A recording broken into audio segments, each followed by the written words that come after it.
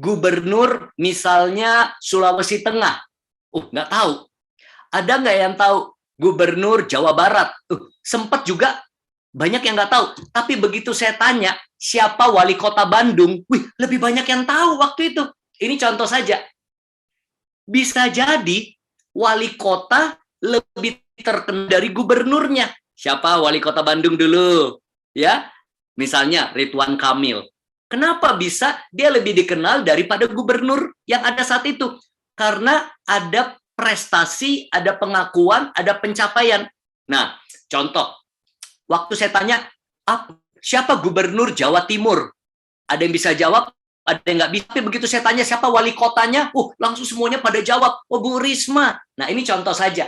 Berarti bisa jadi secara posisi kita lebih rendah daripada jabatan-jabatan peringkat tertentu. Tapi kalau leadership kita bagus, ya, leadership kita bagus, ada prestasi, ada inovasi, ada pencapaian, ada gebrakan, tiba-tiba pengakuan datang.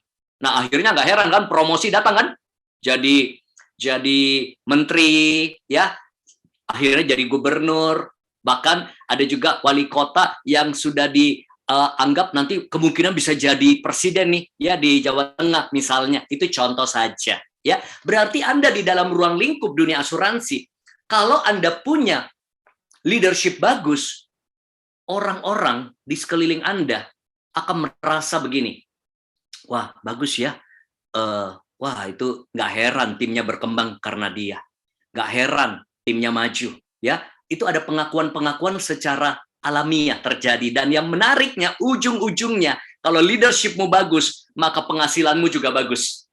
Ayo, oke, coba lihat, boleh difoto ya teman-teman. Kira-kira mau tambahkan lagi nggak benefit menguasai leadership? Ada produktivitas, pencapaian, pengaruh, pengakuan, promosi, popularitas, ujung-ujungnya penghasilan, ya. Semakin besar dampak kita, besar jaringan kita, bagaimana merekrut, memaintain dan juga memultiplikasikan tim kita, nggak heran, ya, ada banyak hal-hal yang bisa kita capai dari leadership kita. Nah, saya langsung masuk, teman-teman tolong terlibat. Kalau kita dipimpin sama seseorang, ya, kalau kita dipimpin sama seseorang, apakah pemuka agama, apakah pemimpin politik, apakah orang tua kita, apakah leader di asuransi, ya, atau mungkin pemimpin lain dalam kehidupan kita. Setiap kita pasti punya pemimpin dalam hidup ini, ya. Kalau kita ada di sebuah komunitas, pasti ada pemimpin dalam hidup kita. Di dalam sebuah masyarakat ada pemimpin kita. Di dalam kota di mana kita tinggal ada pemimpinnya. Anda senang pemimpin yang punya kualitas seperti apa? Sebut satu kata. Sebut satu kata. Anda senang dipimpin sama orang yang punya kualitas apa? Satu kata atau dua kata. Silakan, sumbang di kolom chatting. Tegas, kompeten, pendengar, peduli, komitmen, mengayomi, bijaksana, visioner, panutan, rendah hati, care, melayani, berintegritas, sincere, karisma, bijaksana, komitmen, berhati besar, memberi contoh, walk the talk, ya, pintar, tulus. Nah, wise. Oke. Sebenarnya kalau lihat jawaban-jawaban begini, ya sudah, training kita sudah selesai malam ini, teman-teman. Silakan lakukan itu semua, ya. Anda akan jadi pemimpin yang efektif, Anda akan menjadi pemimpin yang dicintai, Anda akan menjadi pemimpin yang diikuti. Tapi tidak semudah itu, Ferguson, ya kan? Nah, ini yang saya mau beritahu Anda. Sebenarnya semua jawaban Anda saya bisa rangkum. Saya bisa rangkum cuma 2C. Semua yang Anda jawab ini pasti 2C. Anda menilai pemimpin dari karakternya dan dari kompetensinya. Ternyata semua jawaban Anda ini pasti mengacu ke dua hal ini saja. Kompetensi dan karakter. Coba saya buktikan ya. Ada yang bilang begini, mengayomi, ya. Mengayomi. Oke, itu karakter. Tegas itu karakter. Jujur itu karakter. Tapi kalau visioner itu kompetensi. Orang bisa baik, orang bisa jujur, tapi belum tentu bisa lihat jauh ke depan. Ada yang tulis begini, chattingannya. Oh, saya senang dipimpin sama pemimpin yang pintar. Pintar itu kompetensi. visioner, komunikator yang baik, komunikasinya itu kompetensi. Misalnya, coba lihat lagi ya, coba lihat, plus rendah hati itu karakter. Oke, oh punya strategi. Nah, kata Melania senang pemimpin yang punya strategi, itu kompetensi. Tidak semua orang punya strategi. Oke, ada lagi yang tulis. Apa tuh? Ada yang beda nggak? Oh, jadi ada yang tulis tegas dan bisa komunikasi. Tegas karakter, komunikasi bisa, kompetensi, kemampuan. Jadi, kalau Anda menjadi effective leader, Anda harus menumbuhkan dua area ini.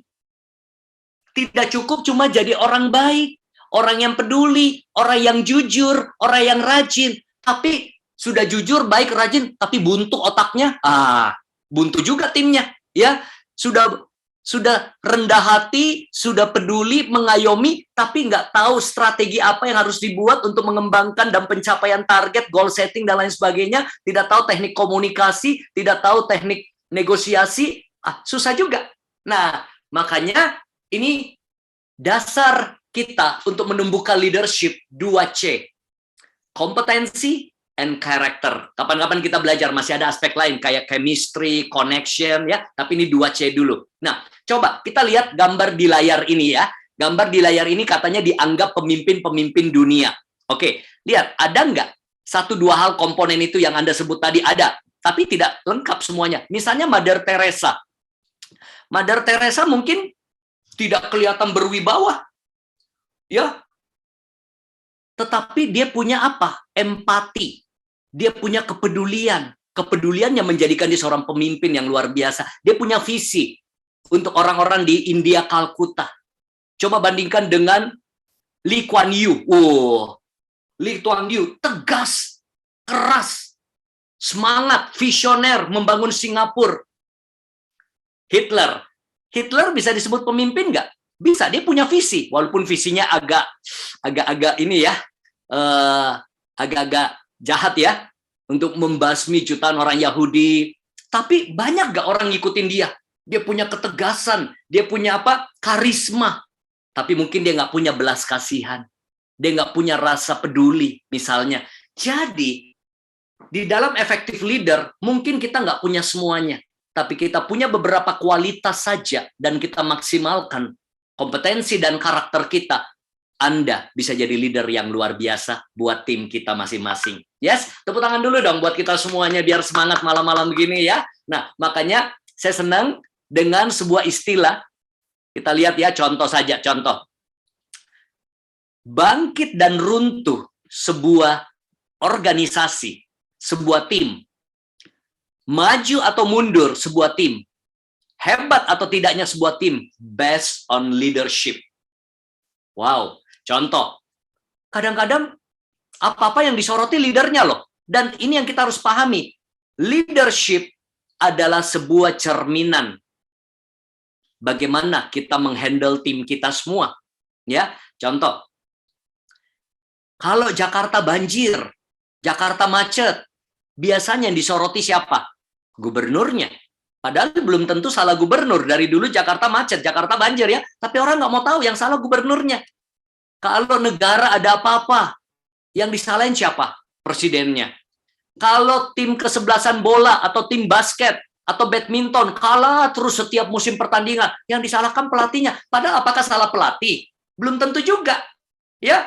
Nah, makanya kalau tim Anda tidak berkembang, atau tim Anda mengalami pencapaian yang bagus, selalu sorotannya diri Anda. Tapi lebih banyak negatifnya kadang-kadang. Kalau nggak perform, nggak bagus ya. Makanya ada istilah begini, tim kita adalah cerminan kepemimpinan kita.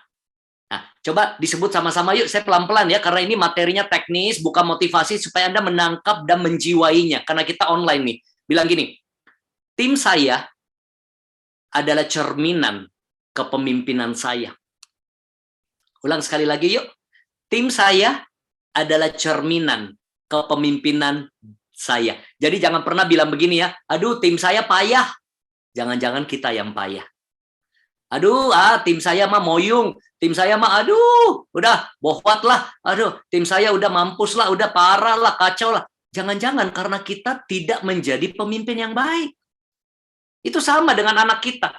Ya, saya punya anak, ya, satu waktu ya istri saya pernah marah tuh. Dia bilang, "Kamu kurang ajar ya." Gini-gini, marah sama anak kan, waktu itu nakal. Saya bilang, sayang, jangan bilang anak kita kurang ajar. Berarti kita yang belum ajar dia dengan baik. Oh iya.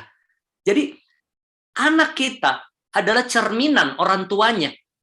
Nanti saya banyak cerita deh tentang anak saya nanti ya, bagaimana itu kepemimpinan kita, cerminan untuk kita berubah jadi lebih baik. Nah, poinnya apa, Coach? Jadi, selama kita belajar leadership berbulan-bulan ini, saya minta tolong satu hal. Setiap kali Anda belajar, jangan pakai statement saya untuk menyerang pemimpinmu. Karena ini saya harus hati-hati sekali nih ngomong. Karena setuju nggak yang ada di ruangan ini, ada pemimpin Anda nggak di ruangan ini? Tapi Anda juga punya tim nggak di sini? Ya, apalagi Anda misalnya gini, Anda punya leader, tapi Anda juga punya tim.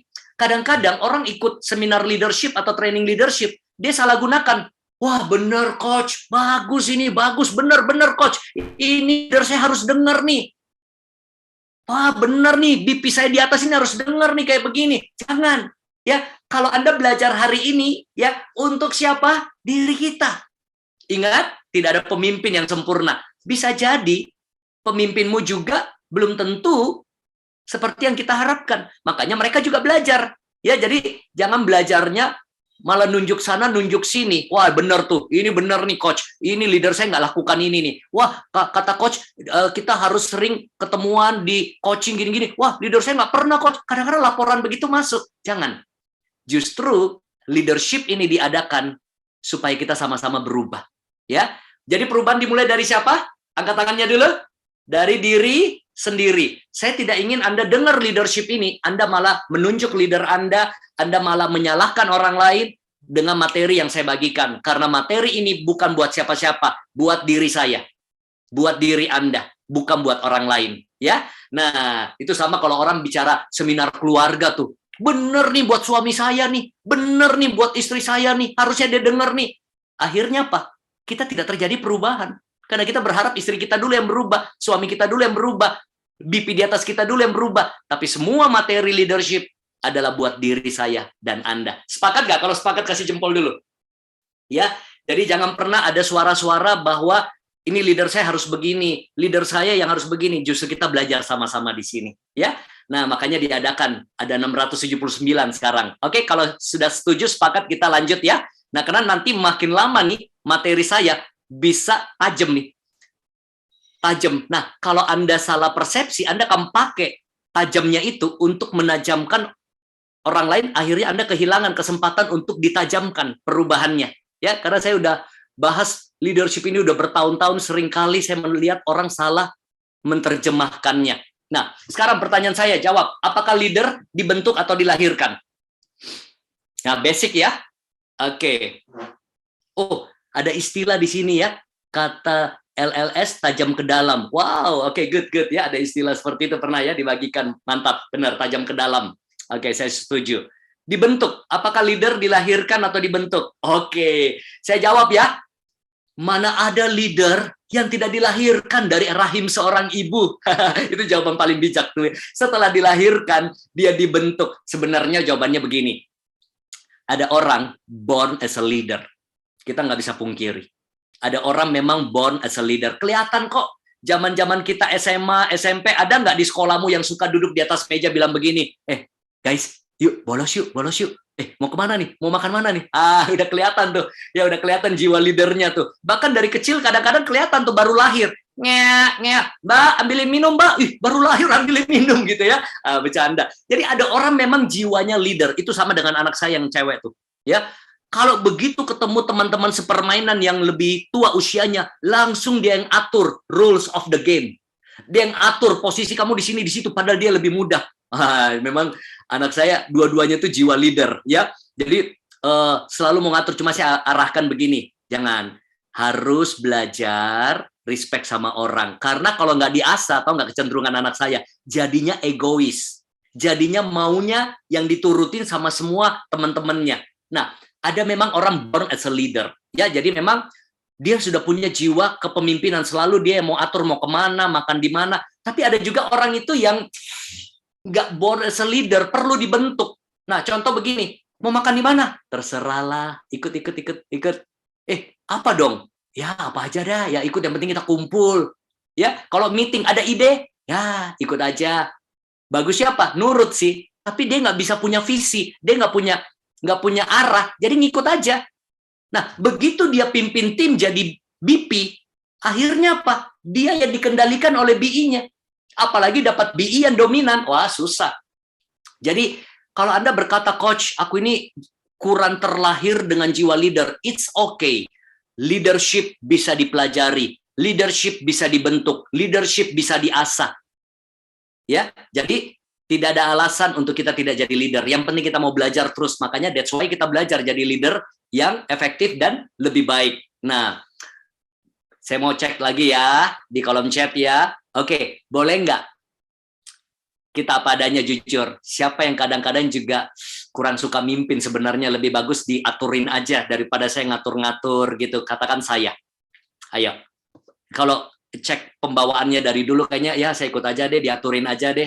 Kadang-kadang gitu ya yang penting terima beres deh. Kalau saya ngatur-ngatur kayaknya ribet kalau saya yang harus ini. Nah, tetapi ada orang-orang yang repotnya kalau ketemu leader, jiwanya leader dan belum dibentuk, belum efektif. Wah, kamu mau makan di mana? Oh, aku mau makan bakmi sih. Oh, enggak deh, kalau enggak saya maunya makan ini, nasi Padang. Jadi mau kemana? Mau follow aku, kalau nggak take it or leave it. Wah, makanya suka ribut tuh. Kalau dua-duanya jiwa kepemimpinan ya, kamu mau kemana? Bakmi. Oh, saya mau Padang. Nggak, mau ikut nggak? Nggak, kalau mau ikut saya. Wah, jadi bentrok. Yang repot gitu. Kalau kita jadi DP, lemah leadership kita, terus dapat BI yang kuat leadership kita, nah itu bahaya. Kita harus benar-benar asah leadership kita. Itu sama dengan begini, suami harus punya jiwa leadership yang bagus, tapi tidak bisa dipungkiri. Kadang-kadang ada suami yang mungkin lebih santai, lebih tenang gitu ya. Nah, istrinya lebih strong dalam leadership-nya. Nah, bagaimana menyikapi itu? Sebagai istri tentu harus hormat sama suami, ya. Nah, tetapi sebagai suami kita juga harus terus mengembangkan leadership kita. Karena ada pembicaraan begini kadang-kadang, oh ya sudah nggak apa-apa suami kepala. Ya kan suami kepala ya, kita harus ikut ya kepala. Yang penting saya lehernya. Wah, tetap aja saya lehernya gitu ya. Nah, suami kepala tapi saya lehernya katanya saya kendalikan. Jadi, kalau Anda suami, kembangkan leadership-mu. Kalau Anda seorang istri, ya kita harus menghargai kepemimpinan suami kita. Walaupun kadang-kadang kita udah greget nih. Aduh, kok suami saya kok nggak bergerak-bergerak nih. Aduh, kok suami saya nggak tahu nih visinya mau kemana nih. Kita tetap jadi pelengkap yang baik. Ya, nah supaya apa? Supaya tingkat otoritas itu tidak terjadi miss. Nah, oke, baik. Kita lihat ya, nanti kita akan belajar banyak hal di sini ya. Nah, ada beberapa pertanyaan masuk, ditahan ya, nanti ada sesi tanya-jawab, kita pakai chattingan ini untuk respon. Nah, sekarang kita udah mulai masuk lebih dalam lagi. Ingat, di dalam leadership, kita selalu akan membawa isu perubahan. Ya, jadi bicara leadership, ini waktu perubahan buat saya, buat Anda, dan buat tim kita. Dan sebagai leader, tidak lepas dari membawa perubahan.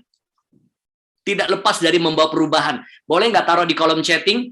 Biasanya, perubahan-perubahan apa yang kita harus informasikan ke tim kita? Yang kadang-kadang perubahan itu nggak nyaman untuk diterima. Atau mungkin harus disosialisasikan. Misalnya, perubahan apa? Target.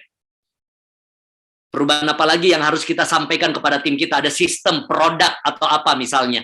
Boleh taruh di kolom chatting, habit, mental, goal cara cepat jadi BP, disiplin, waktu, cara sharing, produk, mindset. Nah, sistem.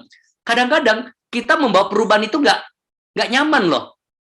Kebanyakan respon orang terhadap perubahan itu menolak. Boleh kita bermain sedikit ya? Boleh ya, walaupun lewat online ya. Oke, pada saat saya bilang, teman-teman, mari kita tepuk tangan sekeras mungkin, secepat mungkin, kita tepuk tangan sama-sama sampai saya bilang stop. Ya, waktu kita stop, kita tutup tangan kita seperti ini. Coba lihat saya ya. Oke, baik. Semuanya ikut terlibat ya, seru nih. Kita main sedikit ya, supaya seger ya. Oke, teman-teman BP, mari kita tepuk tangan sekeras mungkin, secepat mungkin. Ayo, lebih keras, lebih cepat, lebih keras, lebih cepat. Tahan. Oke. Siapa setelah tepuk tangan jempol kirinya di atas? Ayo angkat, angkat. Siapa jempol kirinya di atas? Oke. Siapa jempol kanannya yang di atas? Ayo. Katanya kalau jempol kanan di atas, katanya jempol orang sukses. Ya, kalau jempol kiri di atas, katanya kalau pria suami takut istri. Kalau wanita katanya tukang shopping, ya nggak bercanda ya, nggak ada hubungannya. Yang pasti saya ngelirik dulu, oh Bu Deti di mana nih? Oh dia ternyata di kanan. Ya udah, saya bilang jempol orang sukses. Kalau nggak nanti dia nggak mau bantu saya jadi host lagi. Bercanda. Oke, teman-teman, saya mau kita buat perubahan. Tapi tolong jangan dipraktekkan sebelum petunjuk. Kalau Anda praktekin nanti nggak seru lagi. Siap ya? Nanti saya akan minta Anda tepuk tangan lebih keras, lebih cepat gitu. Pas saya bilang yes. Nah, Anda tutup lagi, ya. Tapi tutupnya jangan dicoba ya, jangan dicoba. Tutupnya kebalikan jempolnya yang pertama. Ya, kalau tadi kanan di atas, taruh kiri di atas, ya. Tapi jangan dicoba dulu, setelah tepuk tangan dulu. Ayo, tepuk tangan lebih keras. Lebih cepat. Lebih seru. Lebih cepat, lebih keras. Iya. Oke. Yang kedua gimana rasanya dengan pertama? Apa bedanya? Ayo silakan. Silakan. Taruh komen. Yang kedua gimana rasanya? Lebih aneh, lebih janggal, lebih nggak afdol, keselip. Ya sambil mikir, aneh, belum biasa, tidak nyaman, harus disengaja. Ya, oke. Ada usaha dikit, tapi bisa kan? Bisa kan? Disinilah membuktikan manusia itu memang selalu mencari PW. Tahu PW? Posisi wena. Ya, posisi wena. Begitu dia, alaminya begini. Begitu disuruh berubah dikit, keselip dikit. Aduh, nggak enak nih. Aduh, nggak nyaman nih. Coba deh, kalau Anda punya pulpen, Anda punya kertas ya, saya minta Anda tulis nama Anda, tanda tangan pakai tangan kiri. Ayo, langsung. Kalau ada kertas, ada pulpen, coba tulis pakai tangan kiri. Gimana rasanya? Nggak enak kan? Susah. Kecuali kidal ya. Manusia, ketika diminta berubah, selalu kebanyakan mentalnya menolak. Itulah yang Anda harus pahami sifat manusia. Selalu kita pengen maju, kita pengen berhasil, tapi ketika ada sedikit perubahan secara batin, secara naluri, diri kita menolak. Aduh, susah nih. Aduh, berat nih. Ya, walaupun kita jalanin, tapi hati kita, aduh, susah. Aduh, berat nih. Itulah juga yang terjadi pada tim Anda, BI Anda. Ketika Anda sebagai leader membawa perubahan, biasanya dia menolak. Cuma ya dia ikut-ikut aja. Cuma ada juga yang benar-benar menolak, gak mau. Ayo datang training ya. Ayo nanti prospecting ya. Ya. Habis itu nggak dijalanin. Nah, sebagai leader yang baik, Anda harus bisa membawa tim Anda menerima dengan pasrah. Nah, belum bagus nih, belum bagus ya. Karena nggak bagus menerima dengan pasrah, terpaksa. Yang bagus adalah membawa mereka menyesuaikan diri. Nah, lihat ya. Jadi, kita harus bisa membawa tim kita menyesuaikan diri. Oke? Kita lihat. Lalu, maju bersama.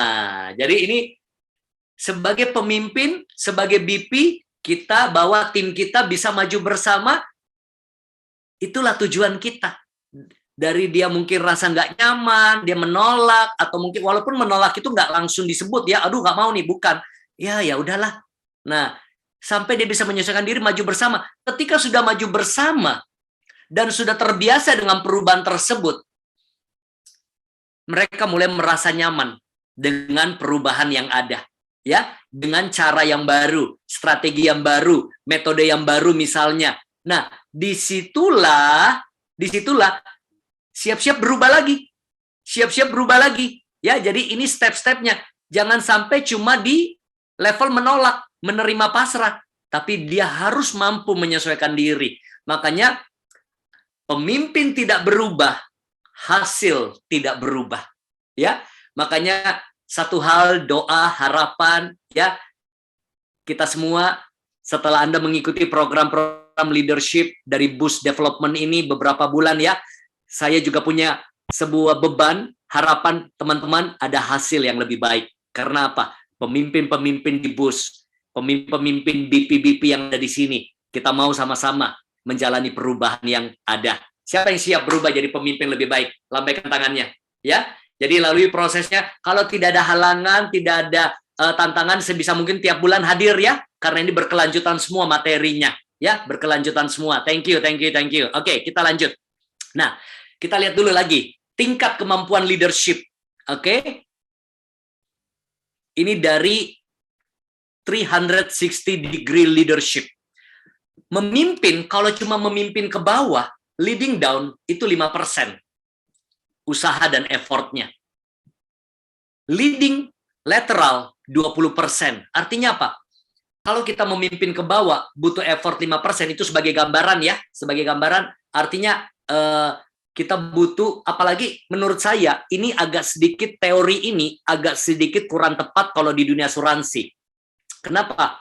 Karena di dunia asuransi, leading down itu berat sekali dibanding kita memimpin di dunia organisasi kantoran.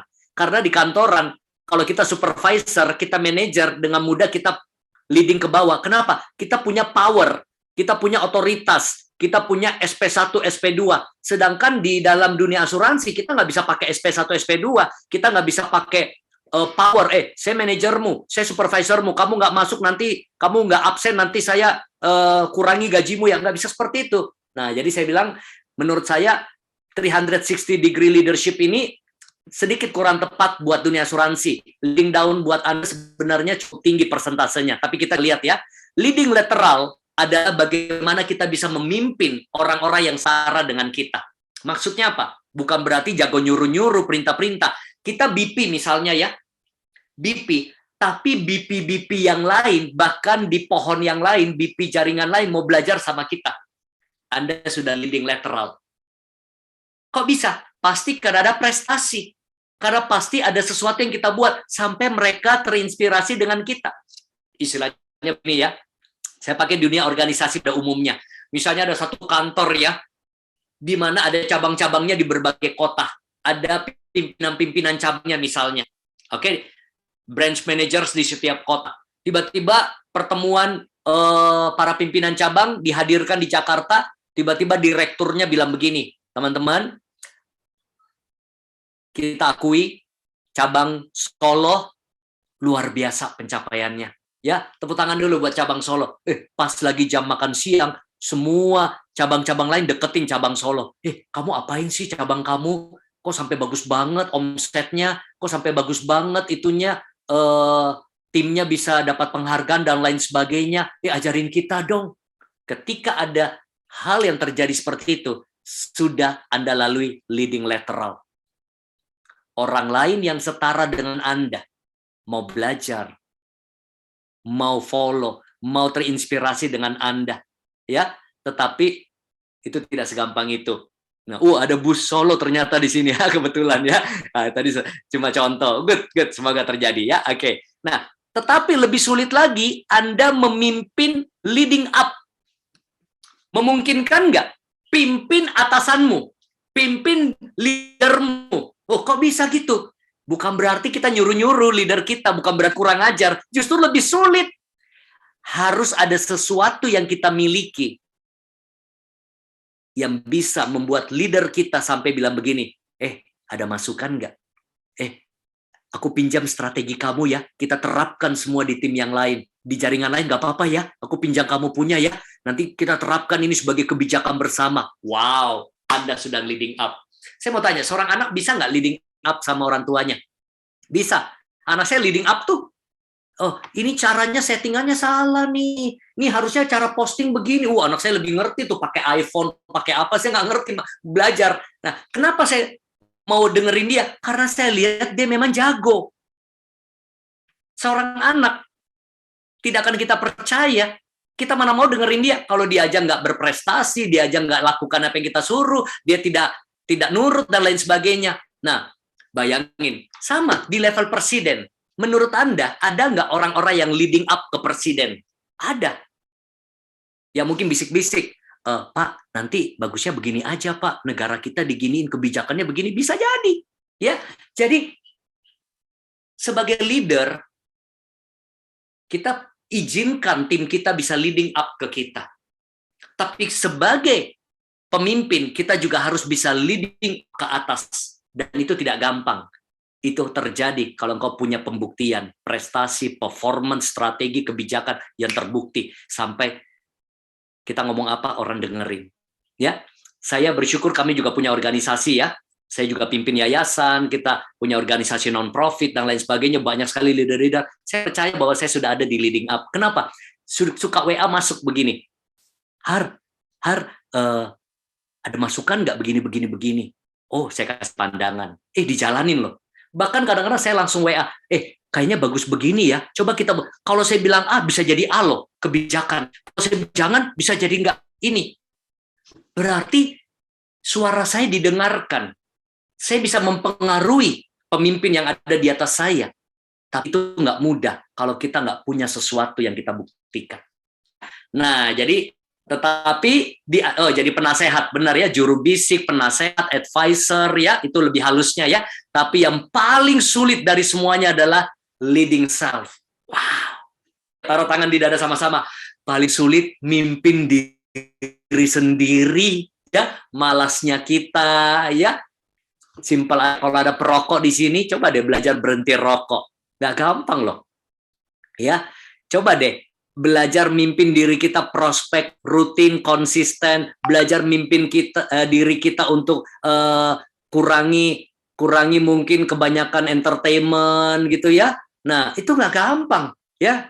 Nah, coba mimpin diri kita untuk mungkin jaga pola hidup sehat, nggak gampang. Bangun pagi aja susah katanya ya, nggak apa-apa. Yes ya. Nah, jadi inilah effective leader yang kita mau belajar. Nah, sekarang lebih dalam lagi ya. Nah, kita lihat, kita coba analisa gambar dulu ya, analisa gambar contohnya. Misalnya kalau Anda lihat gambar Margaret Thatcher, apa image yang muncul di pikiran Anda tentang gambar Margaret Thatcher? Strong. Satu kata tentang Margaret Thatcher yang Anda lihat dari mukanya. Oke, terhormat, Iron Lady.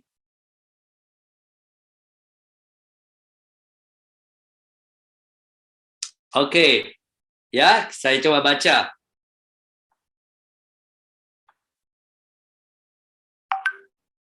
Silakan.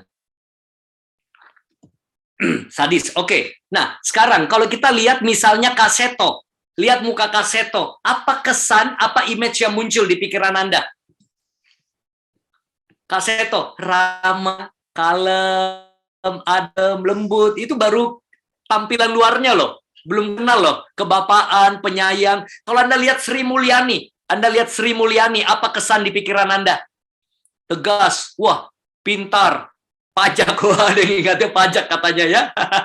Ya, tax amnesty katanya. Nah, kalau Anda lihat Indy Barens misalnya ya, Indy Barens apa? Fun, kocak, lucu. Nah, inilah yang saya mau bahas dan Anda perlu temukan adalah begini. Setiap perusahaan punya image. Setuju ya? Ini Anda harus pahami dulu nih. Image, katakan sama-sama image. Image itu bisa membuat orang menjauh, bisa membuat orang mendekat. Nah, paham ya? Contoh, kalau perusahaan atau misalnya hotel, ada namanya hotel misalnya kalau di Jakarta Ritz-Carlton. Ritz-Carlton berapa sih harganya terakhir, atau yang terakhir nih yang saya baru update ya, Langham ya. Kalau Ritz-Carlton Langham kemarin saya update 5 sampai 6 juta semalam ya, karena waktu anniversary pengen situ tapi nggak jadi gitu, cobain. Wah, istri saya bilang sayang lah, 1 malam doang gitu ya, saya pengen kasih surprise tapi dia bilang aduh sayang lah, ngapain, mendingan nanti kita simpan uangnya kemana gitu ya, ke Bandung gitu. Nah, Langham 5 sampai 6 juta. Saya mau tanya, apakah Langham harus banting harga supaya orang mendekat? Ada nggak segmennya Ritz-Carlton, ada nggak segmennya Langham yang orang mendekat? Ada nggak? Ada. Ya, David Beckham datang, dia tinggal di Ritz-Carlton kalau nggak salah waktu itu ya. Nah, saya mau beritahu, tapi ada hotel kelas melati. Ya, kelas melati. Di mana contohnya kalau di Jakarta? Atau hotel-hotel apa? Misalnya di Mangga Besar banyak ya, hotel-hotel yang short time ya, cuma 75.000, 150.000 bisa 3 jam. Kalau saya kasih contoh begini, ada yang kadang-kadang peserta suka iseng, oh Coach Haryanto praktisi ya, jadi paham ya. Bukan, saya observer. Saya dibalikin, kok Coach Haryanto tahu ya, pengalaman ya. Ya, saya observer ya, bukan praktisi, kok tahu katanya gitu ya, harganya gitu ya. Oke ya. Nah, belum lagi yang bisa parkir mobil, ada garasinya sendiri di daerah Grogol gitu ya. Nah, artinya apa? Segmennya yang mendekat beda nggak? Ini kita bicara logika dulu. Yang mendekat ke hotel-hotel demikian dengan hotel-hotel di Ritz-Carlton, segmennya beda nggak? Beda. Berarti image menentukan siapa yang mendekat. Jangankan jauh-jauh mall aja. Coba Anda masuk mall PI, Pacific Place, dengan masuk mall di Ciputra Mall, di Citraland. Beda nggak segmennya masuk? Beda nggak? Image sebuah perusahaan, image sebuah organisasi, image sebuah kepemimpinan menentukan siapa yang mendekat dan siapa yang menjauh. Ada yang menjauh, ih jangan deh, mahal di situ. Aduh, percuma lah datang situ juga nggak kebeli. Ya kan? Nah, beda. Tapi saya nggak bahas itu ya, itu lebih ke marketing communication. Setiap produk ada image-nya nggak? Ada image-nya nggak? Contoh ya, kalau Anda dikasih AC, gratis, pindah rumah baru, dikasih AC Panasonic dengan Changhong, Anda pilih mana? Gratis nih, ada teman, aku beliin AC ya, kamu mau yang mana nih? AC Changhong atau Panasonic, kamu pilih mana? Pasti ada image tersendiri ya. Memangnya kenapa Changhong? Bagus kok Changhong, teman saya distributornya. Di kamar saya, Changhong udah ganti lagi ya, AUX. Bagus juga kok, bandel ya. Oh, Anda bilang made in China. Oh, Panasonic juga dibuatnya di Kerawang kalau nggak salah. Nah, itu masalah image. Masalah image. Nah, jadi kadang-kadang kalau orang mau dirusak, yang dirusak image-nya. Makanya kalau orang lihat mau jadi lagi mau sibuk kampanye yang ada terjadi black campaign ya, black campaign. Nah, kita nggak bahas itu lah, itu cuma contoh. Yang saya mau bahas adalah poin ketiga. Setiap leader punya image. Nah, itu yang kita bahas. Ya, tadi cuma contoh. Setiap leader punya image. Anda tahu nggak? Suka tidak suka, mau tidak mau, orang yang lihat Anda, berhubungan dengan Anda, jadi tim Anda, punya image tersendiri terhadap diri Anda. Ya, saya pun juga demikian. Orang ketemu saya pasti punya image tersendiri. Mungkin ada image, sombong, oh baik, oh ramah, oh pintar, oh dia mah konyol. Ya, setiap orang ada. Contoh ya, saya pernah diundang di Padang, ada panitia undang saya dijemput, masa begini, dia bilang gini, ini Pak, lapor nih teman saya nih, di kantor, image-nya mesum. Ih, kasihan banget. Ya, teman-teman kantornya lihat dia image-nya mesum katanya. Ada lagi teman kita ya, tukang telat. Jadi bayangin setiap kali kita meeting ya, tuh. Telat lagi nggak nih? Taruhan telat lagi nggak nih? Bayang image-nya telat. Nah, ini yang saya mau Anda cari tahu. Nah, ini PR kita sama-sama ya. Caranya gimana? Caranya gimana? Tunggu ya, saya matikan dulu raise hand-nya ya, supaya tidak muncul di depan layar saya. Oke, good. Teman-teman, siap nggak untuk kita cari tahu image orang terhadap kita? Siapa yang siap angkat tangan? Saya kasih tips ya. PR ya, sama-sama ya. Ini PR Anda sampai ketemu bulan depan ya. Nah, nanti kalau Anda meeting unit atau meeting tim ya, kumpul semuanya, kumpul semua tim kita, misalnya 6 orang, 10 orang gitu ya. Anda ambil gelas kosong atau mangkok, bagikan kertas ya, bagikan kertas, terus minta seperti ini nih. Area apa yang kamu apresiasi dari saya, ya. Nah, jadi kita bisa saling buat di tim kita. Jadi gini, misalnya ada 6 orang ya, kita tulisnya apa sih? Misalnya saya satu tim dengan Pak Beni, ya. Saya tulis apa yang saya apresiasi dari Pak Beni. Tapi apa area yang perlu ditingkatkan dari Pak Beni? Area improvement. Sebenarnya itu bahasa halusnya. Jangan bilang begini, teman-teman minta ya kritik dan saran. Itu mah tajam semua tuh kata-katanya tuh, menyakitkan, nyelekit gitu ya. Jadi halusnya begini, minta area yang perlu diapresiasi dan area yang perlu diimprove. Nah, misalnya saya minta sama tim saya ada 5 orang. Nah, mereka nggak usah tulis nama karena malu-malu, kadang-kadang kan takut kan. Nah, jadi dikumpulin tuh, dilipat. Nah, pulang baca atau kita baca sama-sama. Ya kan nggak tahu siapa yang tulis. Jadi misalnya kita 5 orang atau 6 orang, setiap orang kasih feedback buat temennya, timnya. Supaya apa? Saya selalu suka namanya feedback. Feedback adalah room for improvement. Kaget-kaget loh kita baca kadang-kadang. Ya, dia bilang begini nih.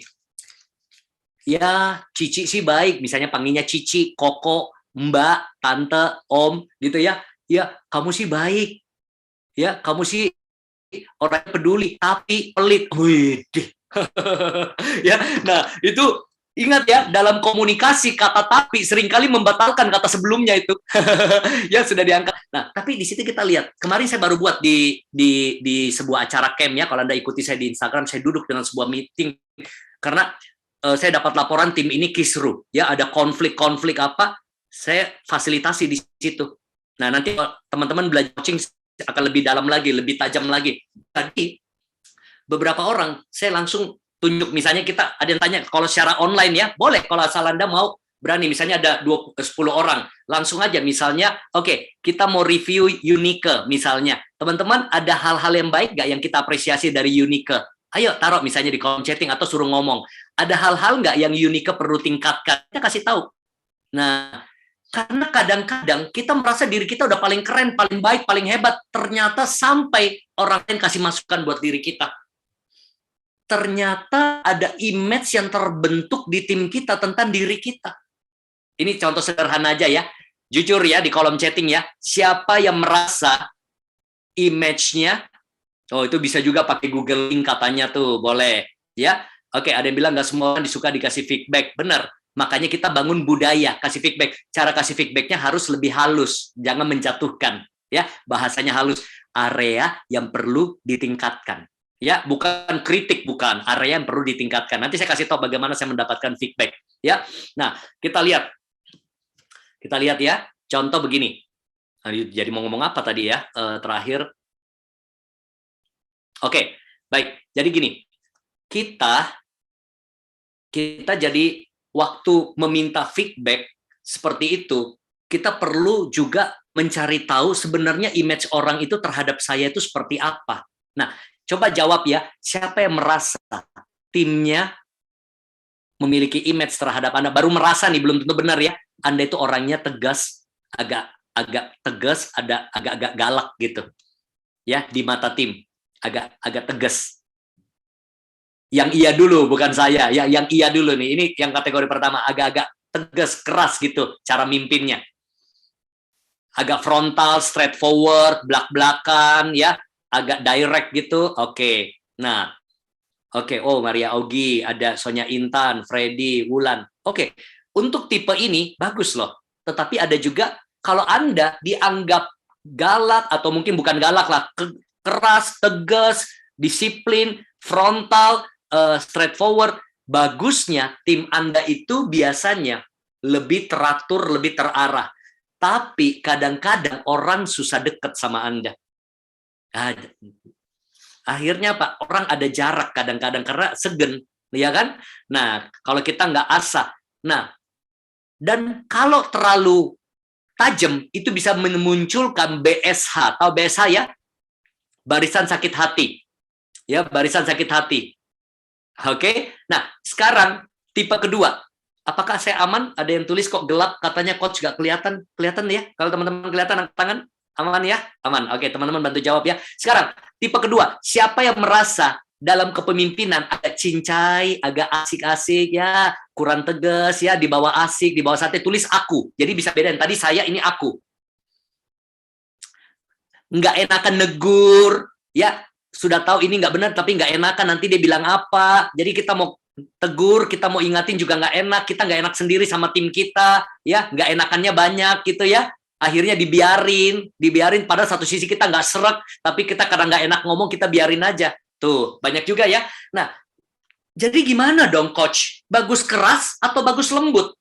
Kepemimpinan itu, nanti kita akan belajar, harus situasional, katakan sama-sama, beda orang, beda pendekatan. Nah, kalau Anda terlalu lembut, terlalu cincai, terlalu nggak enakan, nggak bisa kasih arahan, nggak bisa ingatin orang, nggak bisa tegur tim Anda, karena nanti dia ngomong apa, akhirnya tim kita bisa jadi deket. Tapi lama-lama jadi ngelunjak. Ya kan? Jadi susah diatur. Kenapa? Ya, dia anggap udah nggak ada batasan antara leader dengan teman. Ah, udah dibawa asik aja, lu santai aja gini. Jadi benar-benar peranan kita sebagai leader, kita tahu kapan kita tegas, kapan kita main, kapan kita fleksibel, kapan kita strict, kapan kita fun. Nah, itu kayak kita pegang sabun. Saya pernah buat sebuah video ilustrasi. Sabun terlalu keras, lepas. Sabun terlalu pelan, lepas juga. Jadi harus pas. Oke, tangannya begini, harus pas. Nah, inilah. Jadi bukan ekstrim kanan, bukan ekstrim kiri, tetapi beda orang, beda pendekatan. Nah, karena saya ketemu leader-leader asuransi begini mentalnya kadang-kadang. Ya mau gimana coach, memang orang saya begini, ya bawaan saya keras, ya dia mau ikut ya ikut, kalau nggak mau ya sudah, take it or leave it. Ada lagi sampai ngomong begini, ya saya begitu kayak macan Asia. Dia kutip kalimatnya politik. Saya bilang nggak bisa kayak gitu kamu.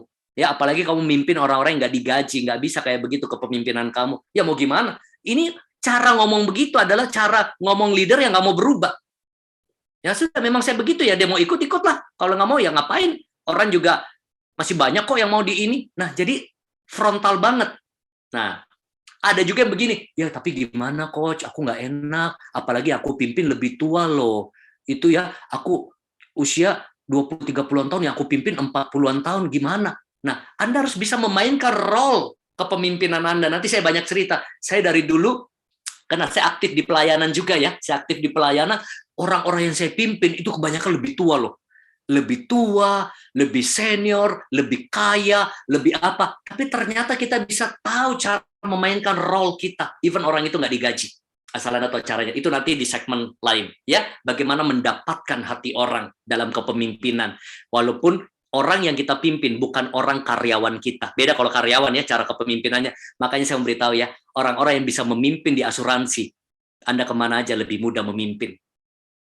Ya, karena Anda tidak menggunakan kepemimpinan Anda berdasarkan jabatan Anda atau SP1, SP2, tapi bagaimana memenangkan hati orang. Nanti kita belajar ya tentang empowering leader. Oke, semangat. Nah, kita lanjut ya. Nah, berarti cari tahu image-nya, karena itu akan membuat orang mendekat atau menjauh dari Anda.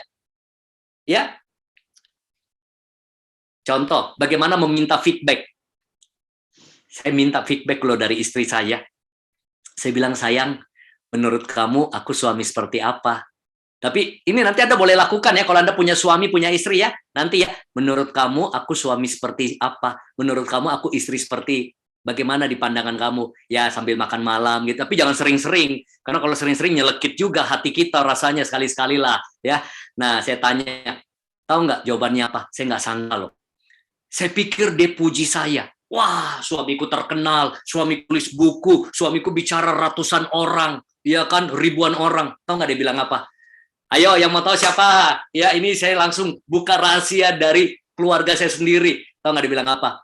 Kamu sih baik ya sama keluarga, peduli, tanggung jawab. Memang saya begitu orangnya tuh. Saya kemana-mana kemarin tak bungkusin apa. Saya kalau pergi makan apa, tak bungkusin. Keluar kota beliin oleh-oleh. Tapi tahu nggak dia bilang apa? Kamu itu selalu merasa paling benar. Capek lah kalau ngomong sama kamu, kadang-kadang debat, susah. Pasti kamu merasa paling benar. Wow, saya dengar itu, saya pengen belah diri lagi loh. Cuma karena saya minta, saya nggak ini. Karena memang namanya pembicara, dia ngomong satu, kalau debat sama saya bisa kasih referensi 5 buku, kalau perlu ditambah 3 ayat suci. Bisa kalah nggak tuh? Waduh, merasa paling benar. Yang kedua, dia bilang kamu itu orangnya nggak fokus. Kamu itu di seminar bisa ngomong, kendalikan ribuan orang bicara, tapi hal sepele kamu nggak fokus. Benar sekali. Ini Anda mau tahu kelemahan saya dari istri saya. Saya kalau lagi WA atau ini diajak ngomong, saya nggak bisa tuh. Ngomong-ngomong, WA. Saya kalau nyetir mobil dan diajak ngomong, kebanyakan salah jalan. Ya, apalagi kalau disuruh ambil barang di kulkas. Sayang, ambil dong, itu ada vitamin di kulkas tuh, tolong dong, dari lantai 3 ya. Aku bilang, mana? Nggak ada. Ada. Nggak ada. Dia teriak, cari barang pakai mata, jangan pakai mulut. Coba aja turun, nggak ada. Begitu dia turun, ada loh. Itu pria kadang-kadang kayak ada blind spot loh. Tadi saya lihat nggak ada loh. Nggak ada. Bener. Memang ya, Anda harus terima kenyataan nih. Para pria, terima kenyataan ya. Kita diciptakan Tuhan ini, jarak pandang kita agak beda dengan wanita. Agak lebih sempit angle-nya. Kalau wanita itu widescreen. Ya, dia masuk ruangan pesta, dia bisa tahu loh sebelah kanan pakai tas apa. Ya. Pada matanya hadap ke depan, dia tahu pakai Birkin atau Lindy, ya, atau Boy, Chanel. Dia tahu loh. Itu wanita jangan main-main tuh. Ada teman istri saya ya, dia bisa bedain tas asli atau palsu. Itu kita lihat sama, dia tahu, cuma lihat pakunya atau apanya, dia tahu ini dari Milan atau dari Mangga Besar. Mangga 2 KW1. Saya bilang, waduh keren banget ini ya. Nah, Kita pria begitu susah, ya kan? Nah, itu wanita. Yang kedua, wanita itu keren banget, kadang-kadang bisa multitasking. Multitasking tahu ya, sambil nelpon nyusin anak, buka kulkas loh. Keren, makanya itu saya akui ya, memang ya, di balik pria yang sukses ada wanita yang mendukungnya. Makanya sayangi istrimu ya. Amin. Sayangi istrimu ya. Tapi di balik wanita yang sukses banyak pria yang menderita kadang-kadang. Ya. Nah, jadi inilah saya dapat masukan dari istri saya. Nah, saya tanya anak saya, Brian, nama anak saya Brian ya, Brian, menurut kamu Dedi seperti apa di mata kamu? Oh, Dedi baik, Dedi suka bawa makanan gini. Cuma Dedi kalau sudah ngomong, ngocehnya kepanjangan. Ternyata benar. Anda mau tahu nggak, ini rahasia keluarga saya ya. Dulu waktu anak saya kecil, saya ini kan perfeksionis. Jadi istri saya itu menderita dulu waktu jadi pacar. Dia masuk mobil saya mau dating, saya lihat dia aja, saya tahu kalau blush on-nya nggak rata, maskaranya miring. Makanya jangan coba-coba ya tidur ya kalau saya lagi sharing ya, saya bisa pantau semua nih, walaupun ada 600 orang selama Anda nyalakan video ya. Aman ya, saya lihat Bu Yulia semangat, Anindya tangannya begini, aman ya. Bercanda ya. Nah, jadi waktu baru married, apa yang terjadi? Istri saya beli piring warna-warni, saya makan nih. Saya bilang, sayang kok piring warna-warni, gelas gini, lucu-lucu, murah-murah, sel. Saya bilang, enggak, piring itu harus satu set, satu lusin, rapi semua. Kalau Anda buka lemari baju saya, batik, lengan panjang, kotak-kotak, garis-garis, blazer, jeans, itu rapi semuanya. Jadi hati saya itu paling galau. Kalau misalnya dulu ya, handphone saya kebaret sedikit, atau misalnya pasang anti gores ada gelembung dikit, rela tuh keluar lagi 80.000 demi ganti ulang daripada ada satu gelembung. Itu dulu. Tapi sekarang saya belajar berubah. Ya sudahlah, kalau hal-hal tidak prinsip, cincailah. Kalau nggak stres hidupmu. Ya ini udah kebaret-baret, saya nggak ganti-ganti nih. Udah biarinlah. Kalau dulu, wah itu rumah sudah dibersihin, saya masih cari debunya pakai senter. Apa nggak stres pembantu tuh kerja sama saya tuh, udah di vakum pun masih saya cari dan selalu dapat salahnya. Staff saya paling tahu deh, ya kalau ketik-ketik arsip, saya paling gelisah kalau nama orang nggak huruf kapital, nama kota nggak huruf kapital. Saya kalau mau WA kadang-kadang dulu saya harus baca ulang lagi, baru balas. Ya, ada orang tipe WA-nya begini ya, satu kata enter, wakakakakak, ye. Apalagi zaman BlackBerry tuh pakai emoticon banyak sekali. Saya simple, Haryanto Kandani. Wah, dulu saya kaku banget. Tapi berubah. Bisa fleksibel. Akhirnya apa? Jadi orang well planning. Nah, jadi karena dapat feedback. Anda tahu dulu saya jadi pembicara seminar, dapat feedback apa? Begitu turun panggung bicara 200 orang, ada orang datangi saya. Tahu nggak, dari ngomong tadi, kebanyakan bilang nahnya ada 20 kali lebih. Jadi bayangin, niat banget ikut seminar saya, cuma catat kelemahan saya, bilang nah berapa kali. Wah, saya perbaiki. Ya, malah sekarang, setiap kali ada event, saya minta feedback. Leader yang efektif adalah leader yang mau terima feedback. Karena feedback membawa kemajuan dalam dirimu. Tepuk tangan dulu dong buat kita semua.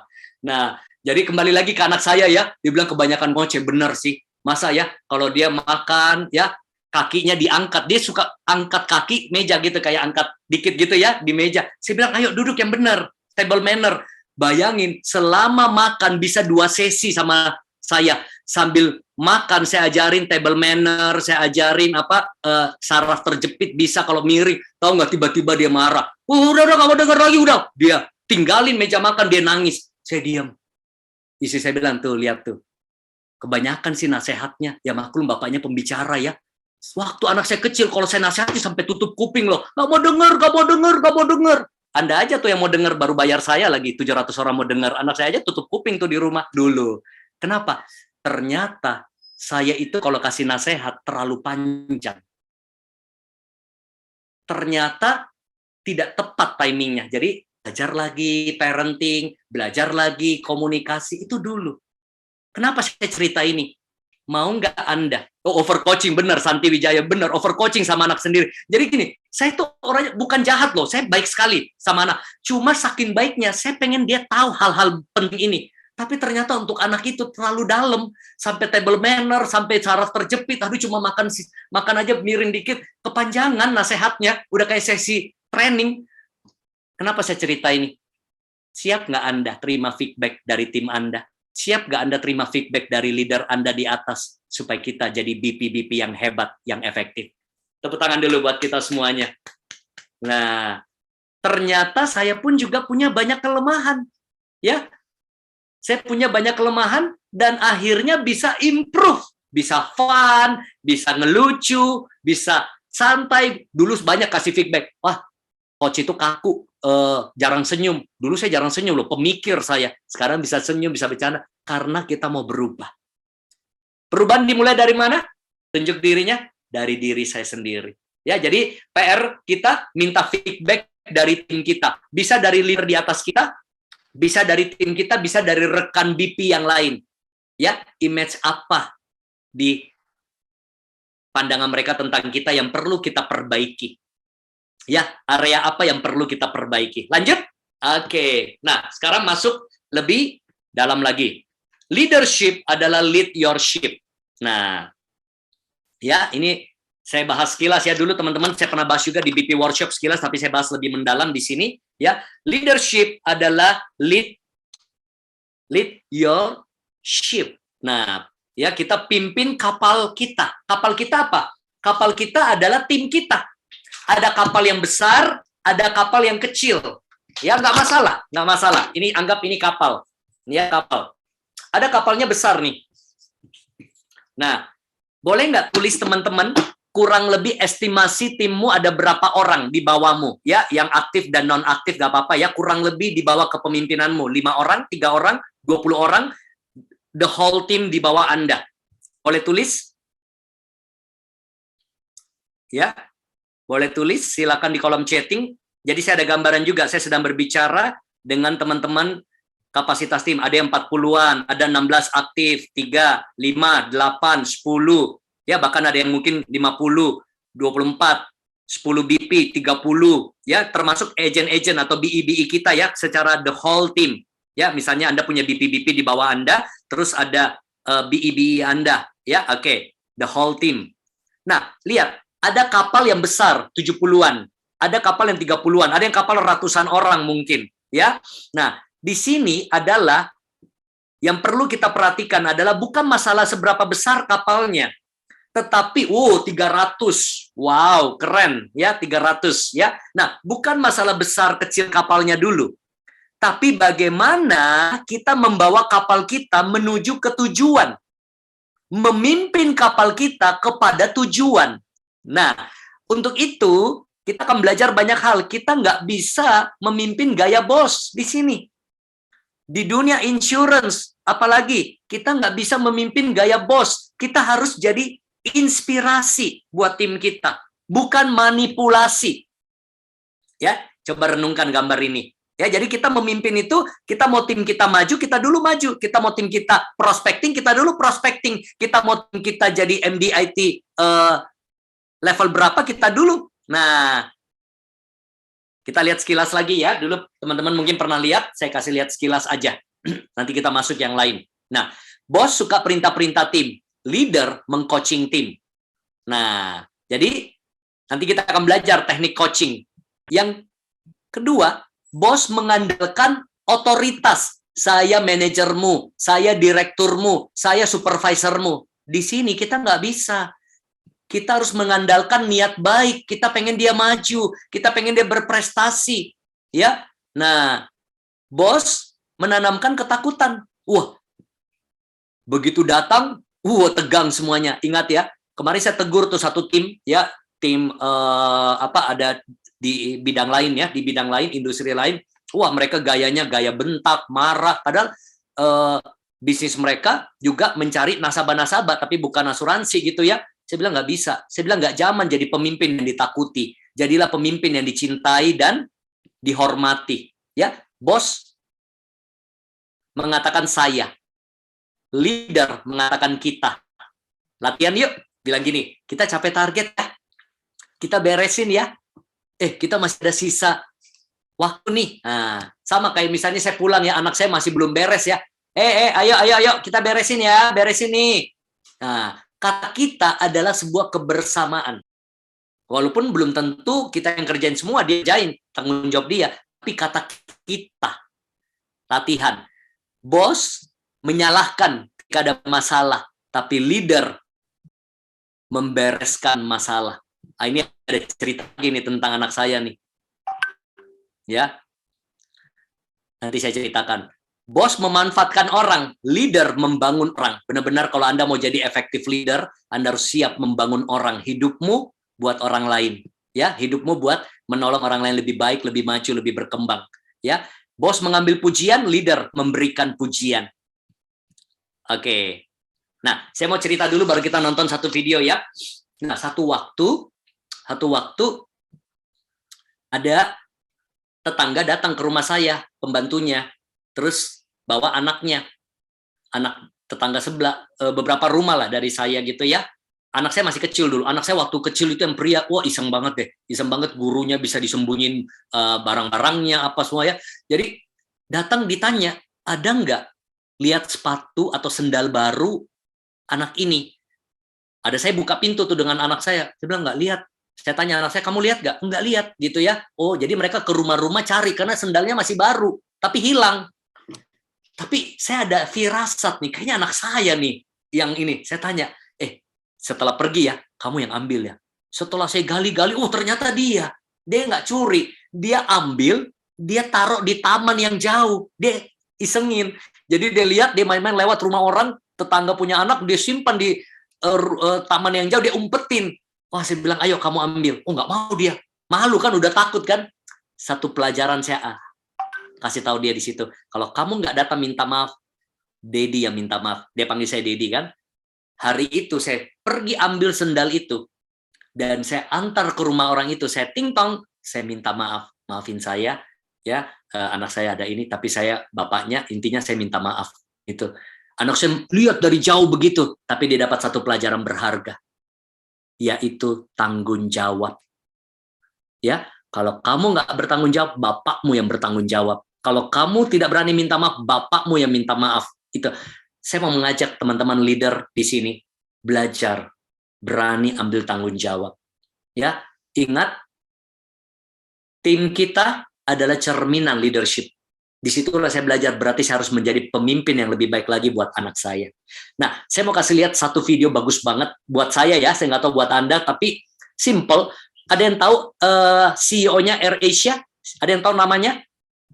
Ayo, yang tahu namanya siapa? Ayo, Tony Fernandes. Tony Fernandes, ya, Tony Fernandes. Wah, keren banget. Satu waktu AirAsia jatuh, cuma sekali dalam sejarah AirAsia itu jatuh. Ada yang masih ingat nggak? Dari mana ke mana? Dari Surabaya ke Singapura. Jatuh di Pangkalan Bun. Kayaknya bukan MH deh. Kalau MH Malaysia Airlines ya. Ya, kalau AirAsia QZ kayaknya ya. Nah, Surabaya Singapura. Itu di Indonesia sudah kisruh. Menyalahkan air traffic control, menyalahkan dinas perhubungan, ini menyalahkan izin apa. Wah, keren banget. Ini saya suka banget dibaca ya. Kalau teman-teman mengerti bahasa Inggris, nanti saya translate ya. Tony Fernandes sebagai CEO-nya langsung terbang ke Indonesia, jumpa pers, lihat kata demi kata. Wah, keren banget. Dia langsung bilang, saya pemimpinnya. Teman-teman siap lihat? Oke, saya putarin ya. Ini akan jadi sebuah inspirasi buat Anda semuanya. Video ini singkat aja. Maaf, nggak ada subtitlenya. Nanti saya terjemahkan setelah dia ngomong. Kalau yang ngerti pasti akan lihat bagus banget. Ini posisinya apa? AirAsia-nya belum ketemu, baru hari pertama atau hari kedua, masih bingung semuanya, tapi dia nggak banyak ngomong. Menyalahkan siapa-siapa. Dia nggak salahkan sedikit pun. Lihat. I've apologized profusely for what they're going through. I am the leader of this company and I have to take responsibility.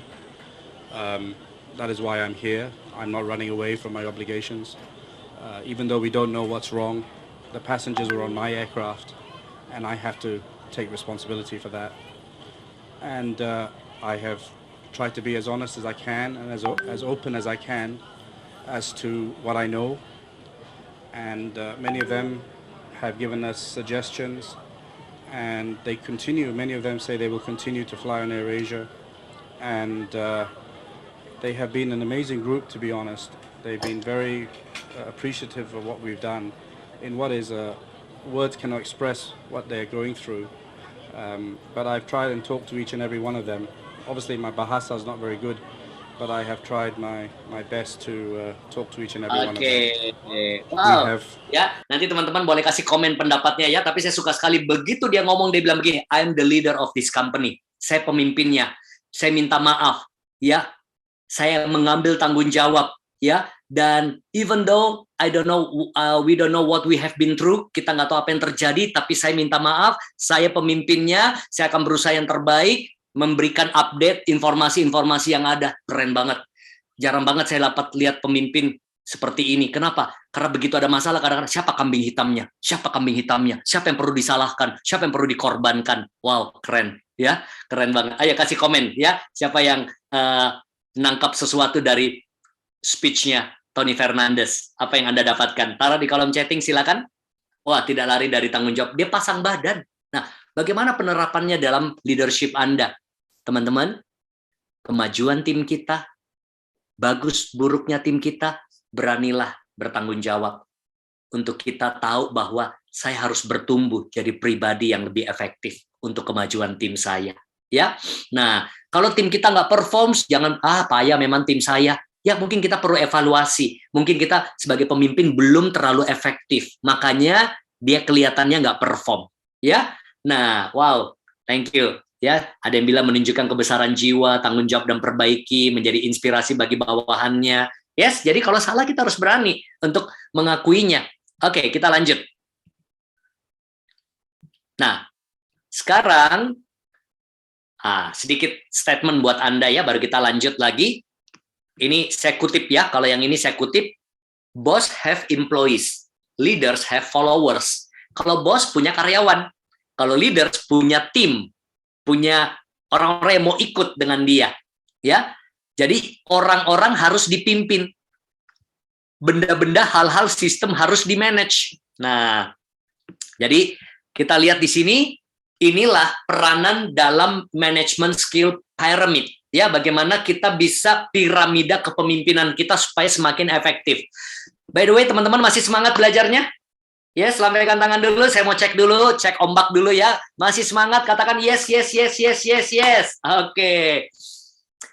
Jadi setiap kali saya sharing, teman-teman kalau ada contoh tambahan, taruh di kolom chat ya. Kalau ada komen-komen tambahan, taruh di kolom chat ya. Oke, yang positif, contoh-contoh tambahan, nanti pertanyaan di belakang. Pertanyaan di belakang. Oke, yes, yes, yes, yes. Oke, baik. Kita lanjut ya.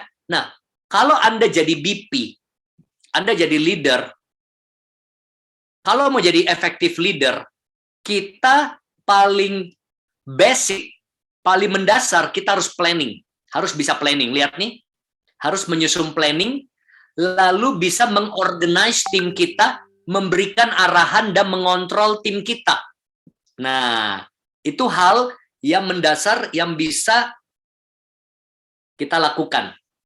Jadi, kalau Anda masih belum bisa planning, bikin perencanaan buat tim Anda, walaupun tim Anda baru 5 orang, tim Anda baru 10 orang, apalagi kalau sudah 70, 100 orang, kita harus bisa bikin planning.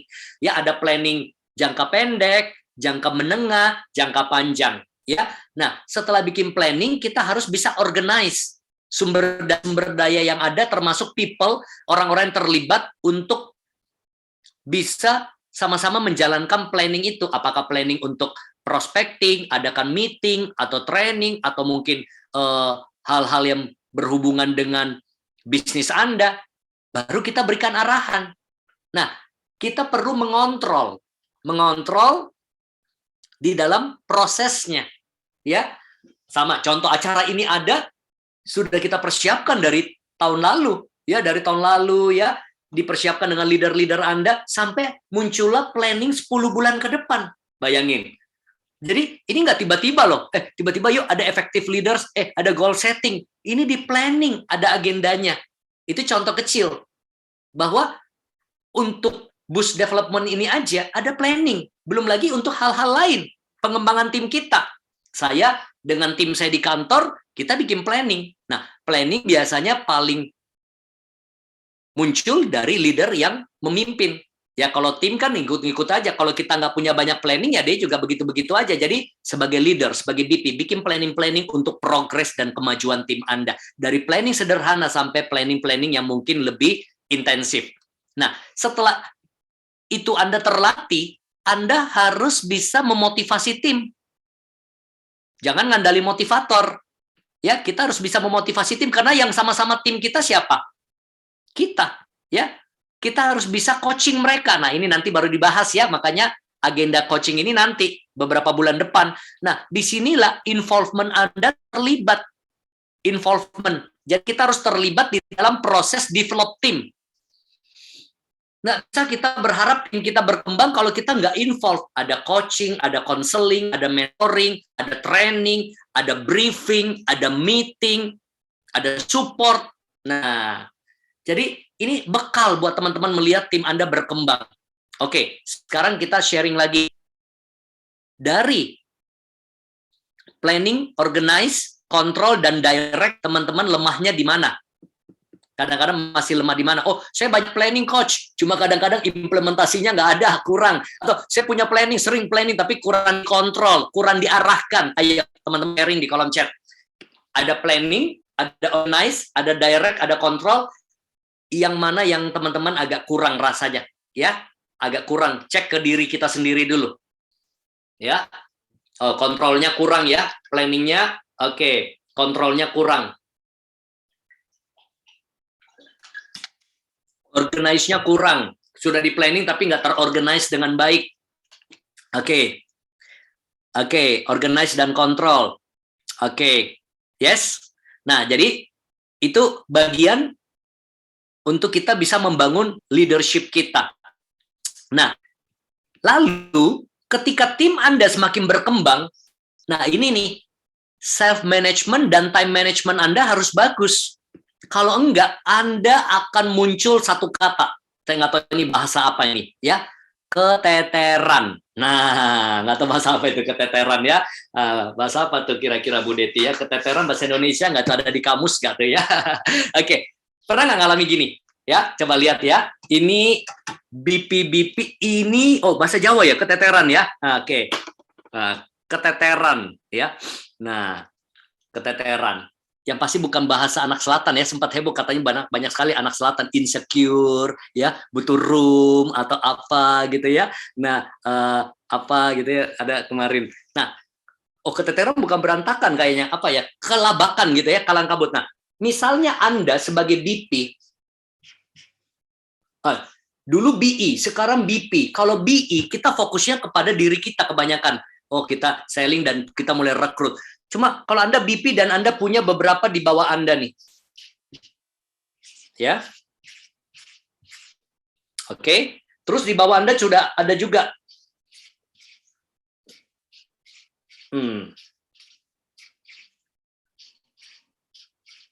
Oke, anggap ini. Oke. Ini kalau Anda tidak perbesar kapasitas diri Anda akan keteteran. Keteteran itu apa? Diri sendiri punya target gak? Punya goal. Benar ya? Diri sendiri mau capai sesuatu ya. Tetapi ketika Anda handle tim, Anda tidak lagi cuma mikirin target pribadi Anda. Kita tidak lagi cuma mikirin produksi atau apa, penjualan pribadi kita. Kita harus ngurusin si A, si B, si C, si D, si E, ya, dan di bawah-bawahnya, ya minimal direct kita. Nah, disinilah effective leader, itu teman-teman thank you banyak sekali kasih tambahan ya, berantakan, overload ya, atau terbengkalai, overwhelm ya. Oke. Orang perfeksionis biasanya suka keteteran karena nggak percaya dan nggak mau delegasi tugas. Benar sekali Pak Damianus, itu saya dulu saya. Apa-apa rasanya nggak puas kalau orang yang kerja, mendingan saya deh gitu. Tapi sekarang ya sudah, kasih room untuk orang yang salah ya, dan improve. Oke. Nah, kita lihat di sini. Disinilah Anda butuh harus bisa self-management-nya bagus. Nah, dan time management-nya bagus. Maksudnya apa? Harus ada waktu kita bisa atur untuk kita punya target pribadi, performance pribadi, dan juga memajukan tim kita. Belum lagi ada yang curhat, belum lagi ada yang baper, belum ada yang kehidupan keluarganya kayak layangan putus yang lagi heboh gitu ya. Wah, curhat ke kita. Wah, nah ini kita harus siap perbesar kapasitas. Nah, dengan kapasitas diri yang besar, kita bisa menanggung lebih banyak beban. dan otomatis kita akan siap menerima lebih banyak berkat dan rezeki dalam hidup. Ya, saya nggak bahas lagi dulu pernah kalau Anda ikut BP atau BE workshop saya tentang kapasitas. Nah, berarti effective leader dia harus bisa manage dirinya, manage waktunya untuk orang-orang ini. Nanti lebih detailnya kita bahas waktu coaching. Ya, bagaimana menyediakan waktu untuk mentoring, coaching. Tapi ini saya kasih dulu basicnya sebagai gambaran. Nah, sekarang saya mau tanya pada Anda, siapa yang sudah mulai alami? Kadang-kadang mulai keteteran juga rasanya. Ya, aduh, belum keluarga, belum anak, sekarang tim, belum ini lagi minta waktu, belum ini lagi, aduh susah diajarin. Nah, ayo taruh di kolom chatting. Yes, yes, thank you, thank you, thank you. Ya, ini bisa terjadi sama semua kita. Nah, kembali lagi tingkat kapasitasmu berapa banyak? Ada orang sudah 20 baru keteteran. Ada orang 70 lebih baru keteteran. Ada orang baru 2 aja udah keteteran. Dapat 2 agent baru aja, 2 BI baru aja udah keteteran. Nah, makanya kita perlu terus mengasah leadership kita supaya kita bisa kembangkan lebih banyak. Makanya ada nanti satu topik duplikasi dan multiplikasi. Nah, itu keren tuh nanti ya. Nah, jadi tahap demi tahap. Oke, nah saya lanjut ya. Mungkin masih ada waktu ya, minta waktu lagi. Berapa menit lagi? Oke, masih ada 10 menit kayaknya ya. 10. 7 sampai maksimum 10 ya, Coach. Oke, baik. 7 sampai 10 ya. Oke, thank you Bu Deti. Nah, slide terakhir kalau gitu. Ya. Kita lihat di sini. Nah, effective leader. Ini hal yang Anda harus kuasai. Teman-teman, effective leader, kita harus bisa memiliki awareness yang tinggi. Ya, kita butuh feedback dari orang. Kita butuh feedback dari keluarga. Kita butuh feedback dari atasan kita, leader kita atas, tim kita di bawah. Tetapi kita harus punya self-awareness tinggi, artinya apa? Sebelum orang lain beri masukan, sebelum orang lain koreksi kita, sebelum orang lain evaluasi kita, kita sudah bisa evaluasi diri kita sendiri. Kembangkan self-awareness, teman-teman. Itu namanya kekuatan intrapersonal. Pernah dengar nggak? Ada interpersonal, ada intrapersonal. Intrapersonal itu kemampuan kita menganalisa diri kita, evaluasi, dan itu bisa didapat lewat apa?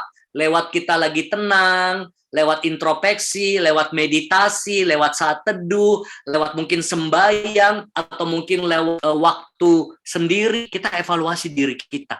Saya paling sering buat itu, mengevaluasi diri, merencanakan hal-hal untuk perbaikan diri, dan mengoreksi diri saya sendiri sebelum orang lain koreksi saya. Ya, nah itu harus butuh self-awareness. Nah, lalu kita harus kembangkan social awareness kita. Karena waktu Anda jadi pemimpin, Anda tidak lagi sendiri. Anda bersosialisasi dengan BP, BI, ada leader di atas, ada tim di bawah, ada teman satu tim, ya, ada nasabah, ada calon prospek. Social awareness-mu harus tinggi. Sadar sosial. Gimana ya bahasanya? Empatimu tinggi, kepekaanmu tinggi. Itu yang membuat Anda bisa jadi effective leader. Ada orang hebat jabatannya, tapi sama sekali social awareness-nya kurang. Bahasa apa ininya apa ya? Nggak ada perasaan. Atau artinya gini, nggak peduli sekeliling gitu ya, nggak peka gitu. Nah, setelah itu, social awareness Anda tinggi, Anda harus punya relationship management. Karena Anda akan bertemu dengan orang-orang berbagai suku, agama, usia, perbedaannya banyak. Sampai di sini paham? Setuju? Kita tiba-tiba kedatangan BI yang tiba-tiba mungkin lebih tua dari kita, lebih muda dari kita. Kita Muslim, dia Kristen. Kita Kristen, dia Buddha. Bisa jadi. Ya, bisa ketemu Jawa, Batak. Itu kalau kita nggak punya relationship management, susah jadi effective leader. Ya, nggak bisa kita jadi leader pilih-pilih. Oh ya sudah, aku mau pokoknya ini ya. Kalau Anda cuma mau sebatas itu perkembangan leadership Anda boleh. Ya sudah, saya pokoknya yang cakep-cakep aja deh sama tim saya. Ya kan? Kalau agamanya beda, saya nggak terima deh. Ya, itu pilihan. Tapi kalau Anda mau lihat dirimu berkembang, Anda harus bisa toleransinya tinggi. Ya, makanya saya sangat senang di BUS. lihat di sini ya, beragam ya, yang senior, yang muda, milenial, kolonial, sudah ada semua di sini ya. Beda agama, beda suku. Kemarin saya sapa yang waktu di Powerful Goal Setting, wah dari berbagai kota ada semua di sini ya. Nah, ada Jawa ya. Nah, kadang-kadang Anda harus bersosialisasi ya, ketemu teman-teman yang bahasanya mungkin agak beda, medoknya gitu ya, medok Jawa, medok Medan ya, yang bilang saya ketemu macam-macam ya. Ada yang nggak bisa bilang P, informasi. Ada yang kalau bilang Lexus, Lexus. Ya, macam-macam. Ya, ada yang bilang Desember, November. Itu orang. Nah, itu semua kita sayangi. Nah, itu relationship management. Penerimaan Anda dengan orang lain menentukan leadership Anda. Nah, terakhir self management. Ya, nah ini. Jadi teman-teman menjadi effective leader dimulai dari diri kita keluar. Ya, dari dalam keluar sampai ke relationship management. Karena kalau Anda tidak bisa jaga hubungan dengan baik, Anda tidak akan bisa kembangkan, coaching, mentoring tim Anda performance-nya bagus. Basicnya, jaga dulu hubungan. Yes, siap-siap kedatangan lebih banyak lagi tim-tim yang berkembang di 2022. Amin. Siapa yang siap timnya berkembang pesat luar biasa? Lambaikan tangan dulu semuanya. Yes, ya. Nah, semoga bermanfaat ya teman-teman. Saya persilahkan Bu Deti untuk memimpin pertanyaan. Teman-teman juga boleh kasih komen-komen apa yang dipelajari hari ini ya, apa yang berkesan buat teman-teman. Semoga bermanfaat ya. Masih banyak pelajaran leadership kita yang akan kita sambung di bulan-bulan mendatang. Oke, yes. Gimana teman-teman semua? Daging semua ya isinya ya. Oke, saya yakin teman-teman di sini pasti banyak sekali mendapat AHA dari pelajaran effective leaders yang sudah disampaikan oleh Coach Hart tadi. Buat saya sendiri banyak banget ya ilmu yang saya dapat di malam hari ini. Sebelum saya memberikan kesempatan pada teman-teman untuk bertanya, saya juga ingin men-sharing AHA yang saya dapat di malam ini. Ada dua. Yang pertama itu adalah yang everything falls and rises on leadership. Jadi tim saya adalah cerminan kepemimpinan saya. Jadi nggak boleh nyalahin tim ya. Harus refleksi dulu ke diri sendiri. Itu leadership yang efektif ya. Dan yang satu lagi adalah leader yang efektif adalah leader yang mau terima feedback dan mau berubah, karena unchanged leader itu sama dengan unchanged result. Nah itu dua poin AHA yang saya dapat malam ini. Sebelum saya berikan lagi kesempatan kepada teman-teman untuk bertanya atau memberikan komen, saya ingin mengajak teman-teman dulu foto bersama sebelum pada ngantuk dan pada kabur nih. Mudah-mudahan masih stay ya teman-teman sampai selesai. Sebentar lagi kita akan selesai setelah Q&A ini. Baik, untuk panitia silakan kita mau foto bersama ya. Silakan Debbie atau Nathan atau Mas Hadi ya. Oke. Untuk Siap. Oke. Semuanya boleh lihat ke kamera. 1, 2, 3. Oke. Tahan.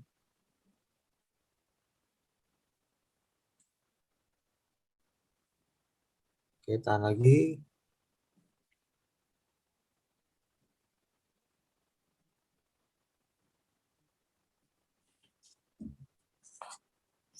Oke. 1, 2, 3.